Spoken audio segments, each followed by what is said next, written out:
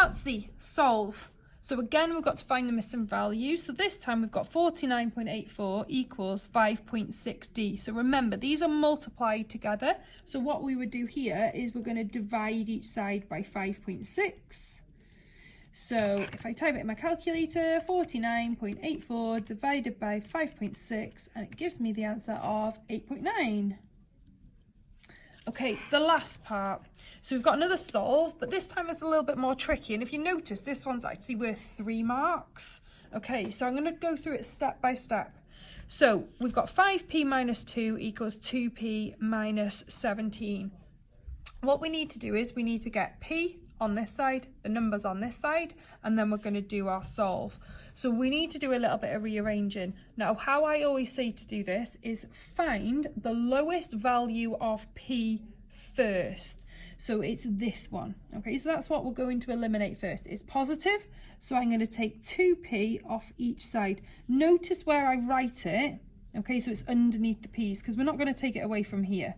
So 5p take away 2p is 3p. The minus 2 stays where it is, equals, and what I'm left, so that cancels out, and what I'm left with over here is minus 17, and that's where you've got to be really careful, because your gut will just write 17, okay?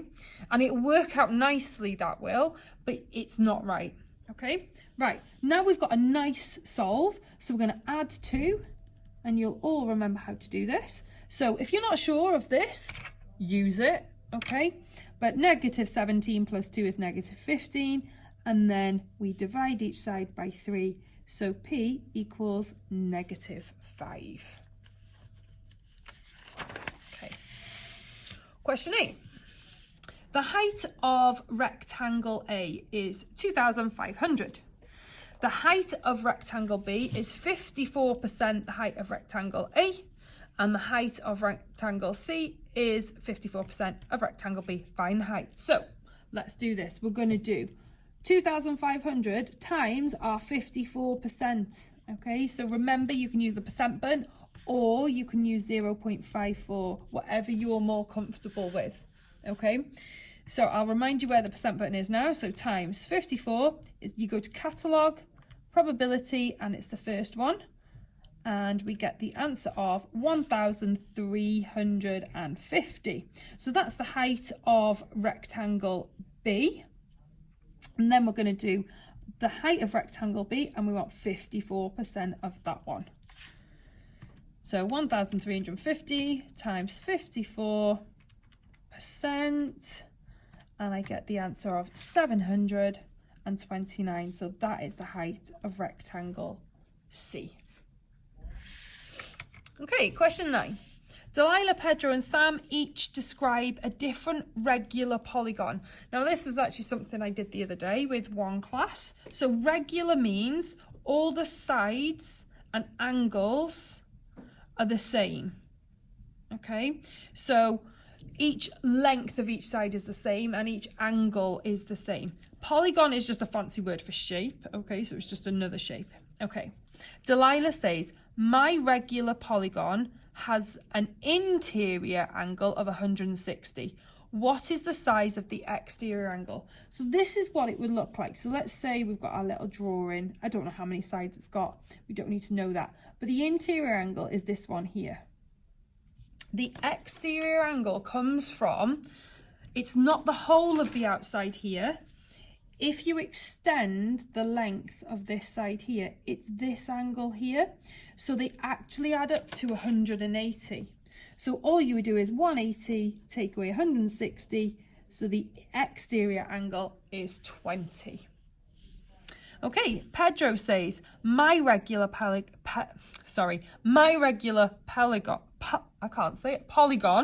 has an exterior of 75 degrees. Explain why Pedro can't be correct. Right.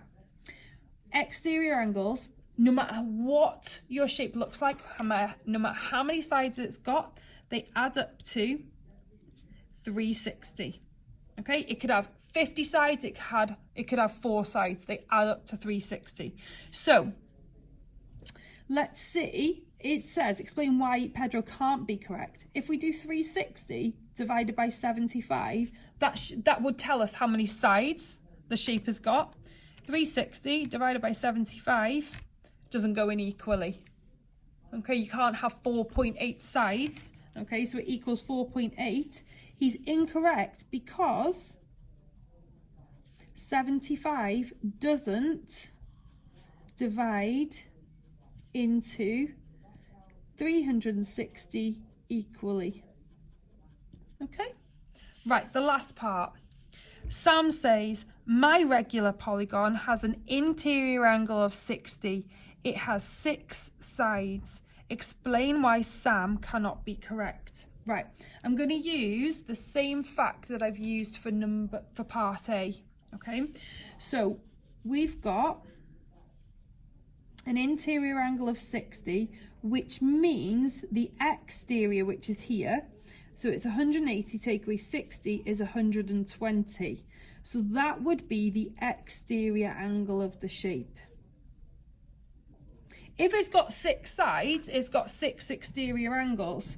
120 times 6 does not equal 360. Okay, so it can't possibly have 6 sides because it can only have 3 because there's only 3 120s that go into 360. You don't have to do a really detailed explanation. This would work because it's only worth 1 mark. Question 10, simplify. Okay, so what can I see? So I've got 11x plus 5 minus 2 lots of 3x minus 7. Right, I'm going to do something with the bracket first. So I'm going to cut it off there because this minus is attached to the 2. Okay, so I'm going to work out what negative 2 times 3x minus 7 is. Whatever's on the outside, you multiply it by each part on the inside. So I've got minus 2 times 3x. Minus 2 times 3 is minus 6, x. And then we've got minus 2 times minus 7, which is 14, because remember, 2 negatives make a positive. So I've got 11x plus 5 minus 6x plus 14. 11 take away 6, 5x. 5 plus 14, 19. Okay. Question 11. Hugh and Rian share £320 between them. Rian's share is equal to 5 times Hugh's share. Okay, so if we think about this, now this, you could think about it in a fraction, you could think about it in a ratio. If Rian has 5 lots of Hugh's share, so if this Rian, this would be Hugh, because Hugh has 1 part and Rian has 5 times more.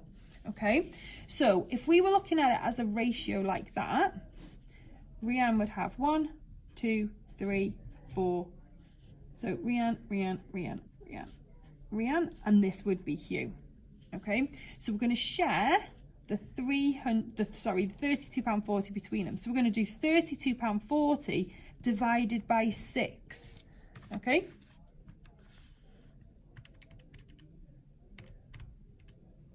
which is £5.40. Okay, so each part is worth £5.40.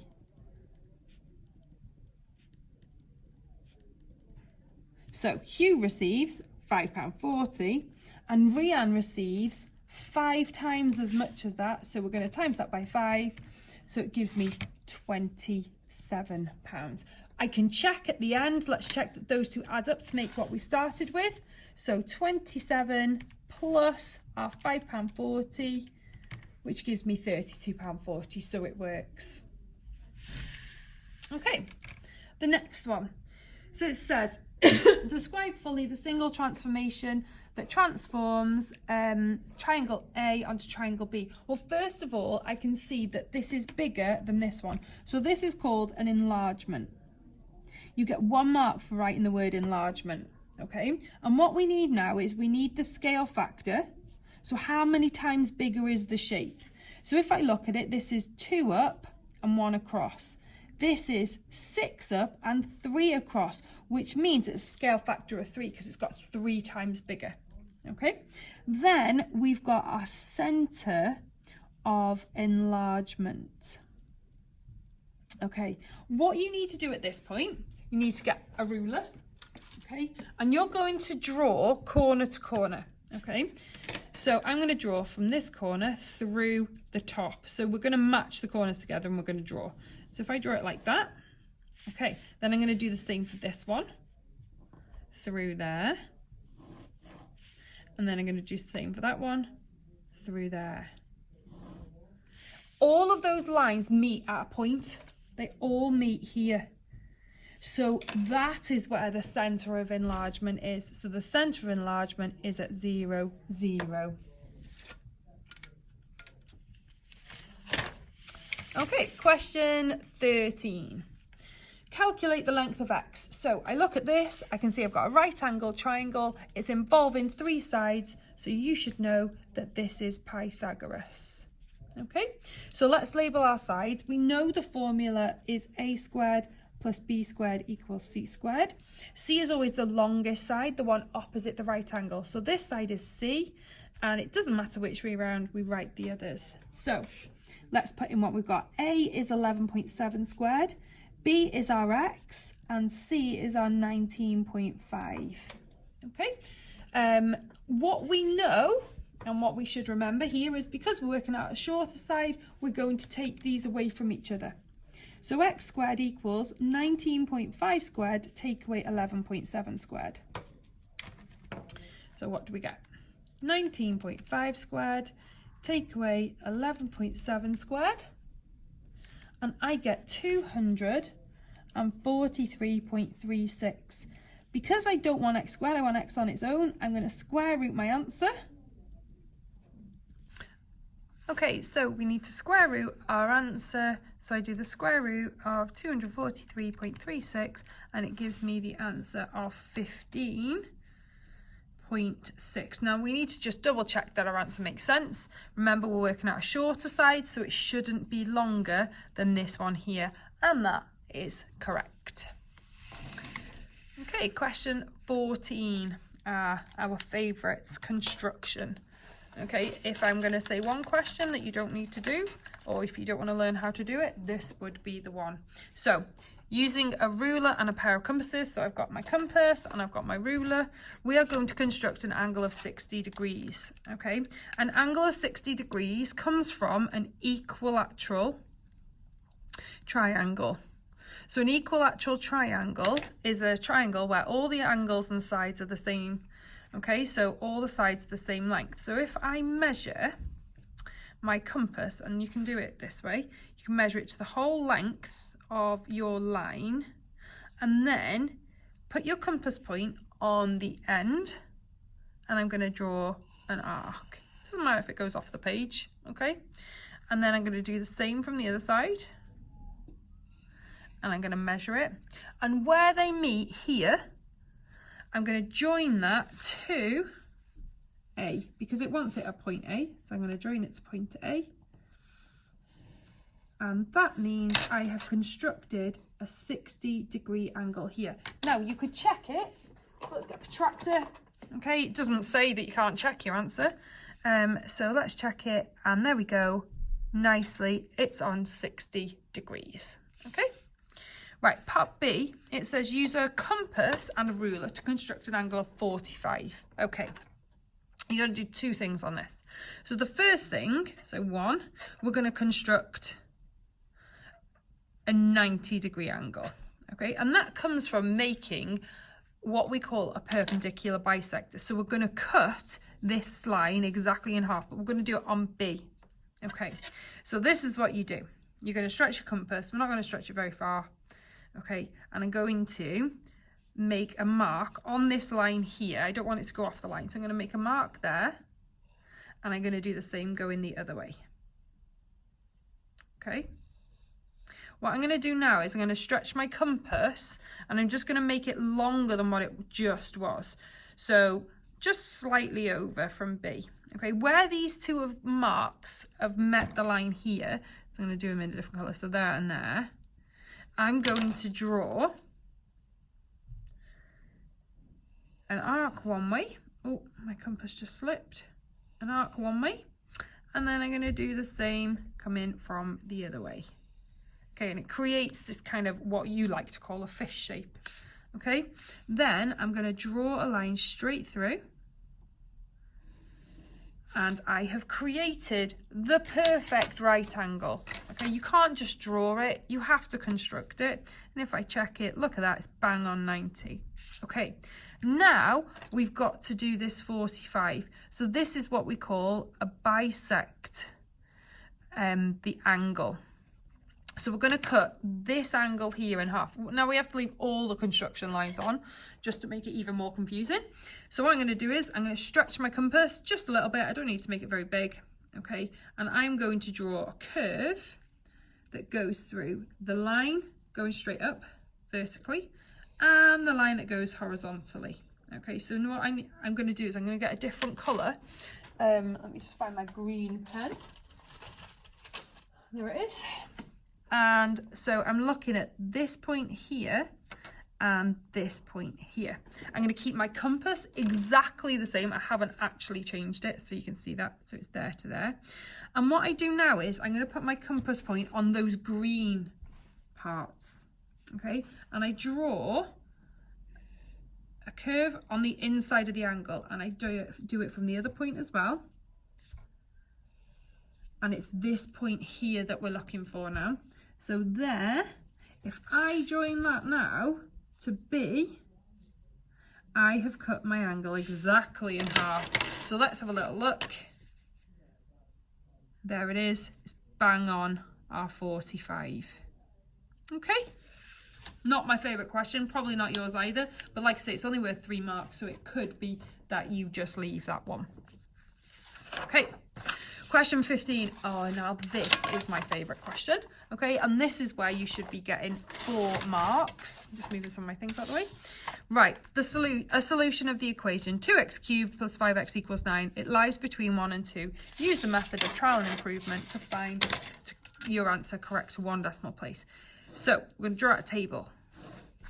Okay. In the first column, we're going to have our values of x. The second column is where we're substituting it into the equation. And our last column is to comment on whether it's too big or small. And we're comparing it to the answer, which is 9. So it's nice to write the number that we're comparing it to. Okay, so x is 1 and 2 first of all. So you have to do the 2 numbers that they give you in the question. What I like to say is where there's an x, if you put a bracket like that, and like that, that's where you will put those numbers. So 2, 1 cubed plus 5, 1. Now what happens is, with these questions, people forget to change this x here and they just leave it as 5. So just make sure that you remember that wherever there's an x, that's where you're changing the number. So 2, 1 cubed plus 5 lots of 1. And it gives me the answer of 7. Okay, which is too small. Okay, and that's what we want to find. So the first number you put in should be too small. When we put 2 in, it should be too big. Now, I don't like deleting it because I'm lazy. So I go back through and I just delete the numbers that I need to change. So it's only the ones in the bracket. So delete and change that to 2. And it gives me the answer of 26, which is too big. So it was 2 cubed plus 5 lots of 2. Okay, because 1 is too small and 2 is too big, we go halfway between. I don't like jumping, so I will always go halfway. Okay, so we're going to do 2 lots of 1.5 cubed plus 5 lots of 1.5. Okay, and it gives me 14.25. So that's too big still, so we're going to go to 1.4. So delete that, change that. And it gives me 12.488. Still too big. 1.3. So we keep going until we find the one that's too small. 10.894. I reckon the next one is going to be too small. So 1.2.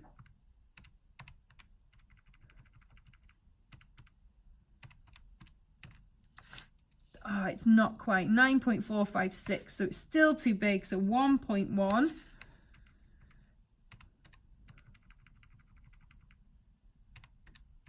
And it gives me 8.162. Okay, so that's too small now. Right, so the number lies between there and there.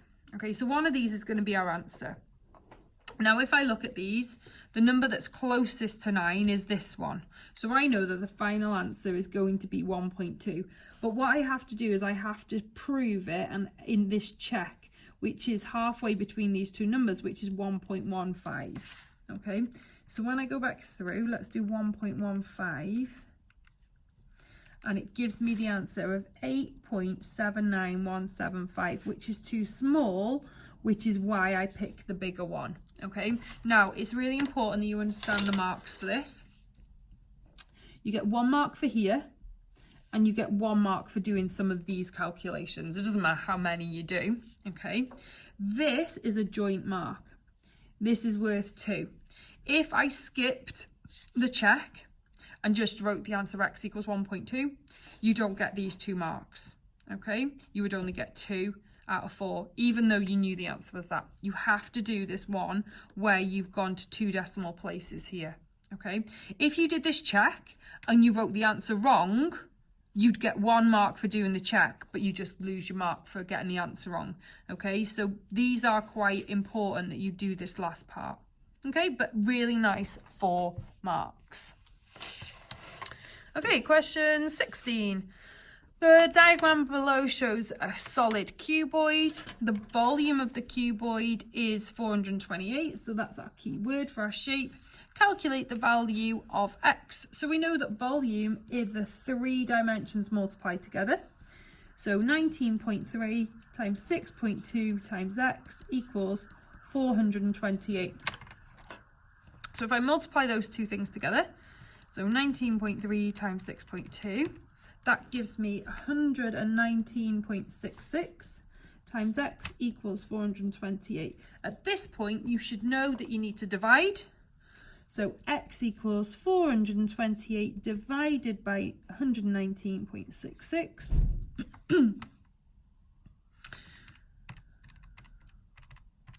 And it gives me, so it says 2 significant figures. So if I write it out, 3.5768, 2 significant figures. This is the first, this is the second. So you're going to cut off here. The 7 makes the 5 round up. So our answer is 3.6 centimetres. Okay, part B. The cuboid is made up of a material that has a density of 15 grams per centimetres cubed. Now, I've taught you about this. If we're talking about grams per centimetres cubed, grams is your mass, centimetres cubed is your volume. Okay, and density is equal to the mass divided by the volume. Okay, so this little, units here is going to help you. Okay, it wants us to work out the mass. We'll figure out the kilograms part in a minute. Right, so what we're told is the density is 15 and it equals the mass that we don't know. Oh, let's put mass. Okay, divided by the volume, which is our number up at the start of the question, 428.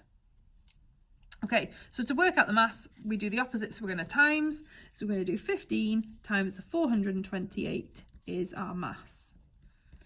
Okay, so 15 times 428, and it gives me 6,420 grams. Okay, the last part, it wants us to turn our answer into kilograms. Your conversion is that there are 1,000 grams in 1 kilogram. So we're just going to divide this by 1,000, so it gives us 6.42 kilograms. So that is what my final answer would be. Okay, question 17. Now this looks more complicated than it actually is. So 25 identical circles fit inside a square that is shown in the diagram. Each vertex of the shaded triangle is at the center of the circle. So the vertex is the corner, so it just means here. So these are in the centers of the circles. Okay? It says the perimeter of the square is 120 centimeters. Calculate the area of the shaded triangle. If we want to work area of a triangle, we need to do base times height divided by 2. So we need to know the length here and the height here. Okay, so we know that the perimeter is 120. Perimeter is the four sides added together. So we would do 120 divided by 4, which is 30. So each side is 30 centimetres. Okay? Now, the circles, it doesn't matter that they're circles. If I draw all the way across here, these are the diameters of the circles. It's the same length as our square. So each circle, if there are 5 circles going across, if we do 30 divided by 5, which is 6 centimetres, that is the diameter of each circle. Okay? Right, so let's figure this out. So if I know, and it's the same going this way, because there are 5 circles going that way. So that's a 6, that's a 6, that's a 6. That's a 6, that's a 6. What have we got here? Well, we've got the centre to the edge. Well, that's just a radius, which is half a circle. So that's 3, and that's 3. So that's 3, and that's 3. So let's see what we've got. So we've got our base is 6, 12, 18, 21, 24. So the base is 24 centimetres. The height, 9 at 9, 18. Okay, now we've got our dimensions for our triangle. We're going to do 24 times 18 divided by 2.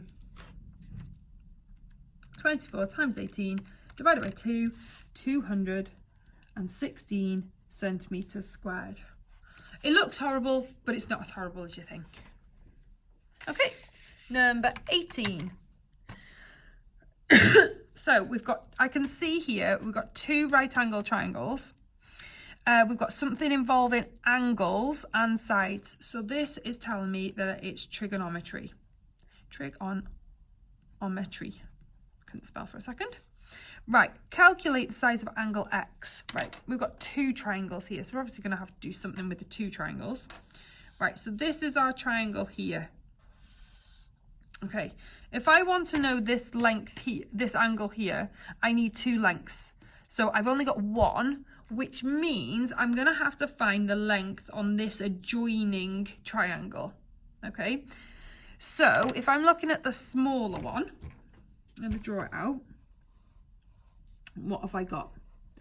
I've got 51, I've got 5.6, and this is what I'm going to work out first. Okay, so let's label the side. So this is O, H, and A. Cross out the side we don't need, which is O. So if we're working with SOHCAHTOA,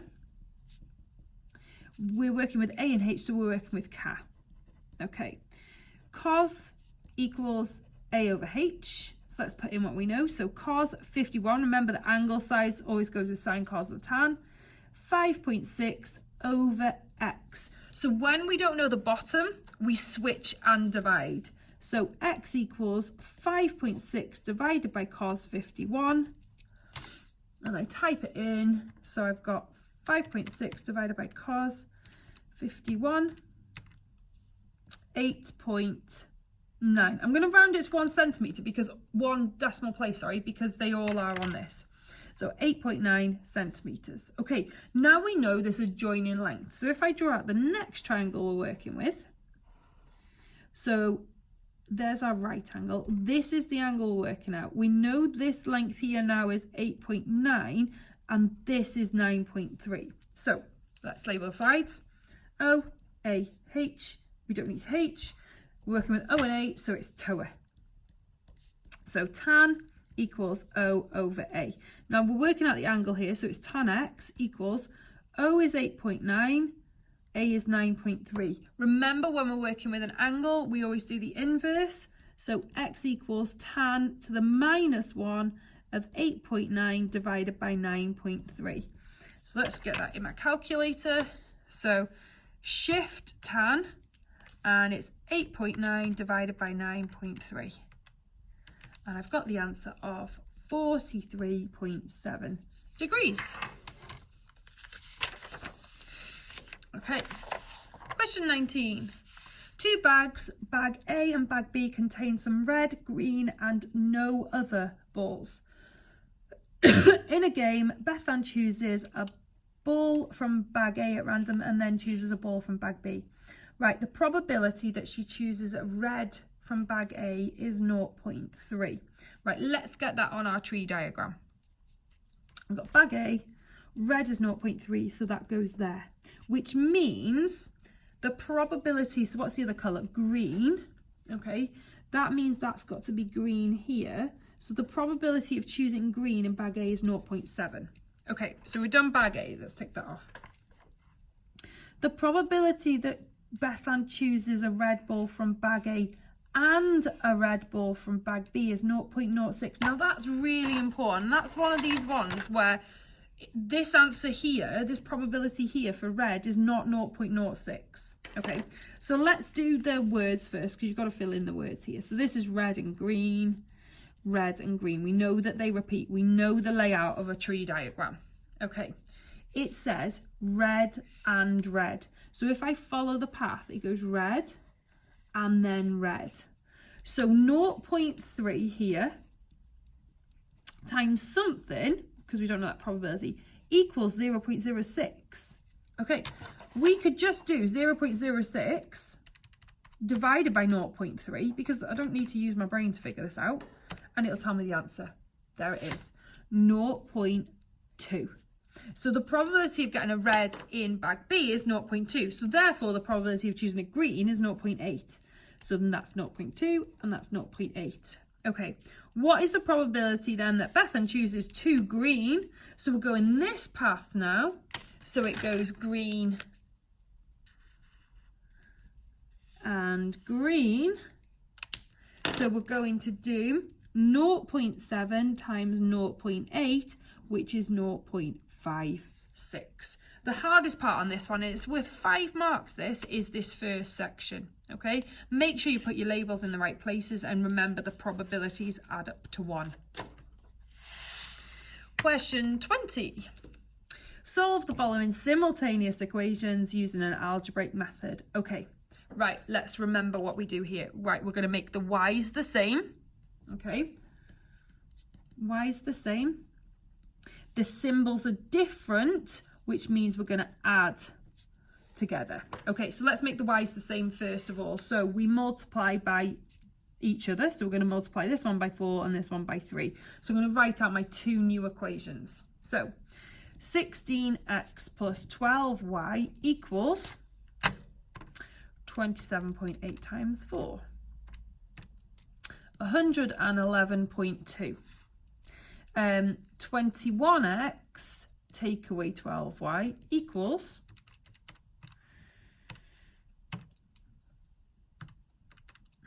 73.8. So we're adding them together to eliminate the y's because 12y plus minus 12y leaves me with nothing. So 21 plus 16 is 37x. 73.8 plus 111.2 is going to make us a nice number, 185. Okay, we divide by 37 to get the value of x. So divide by 37, it's going to be a nice number. Yes. So x equals 5. Okay, now we're going to substitute. You're going to choose one of the equations. I would choose one of the originals.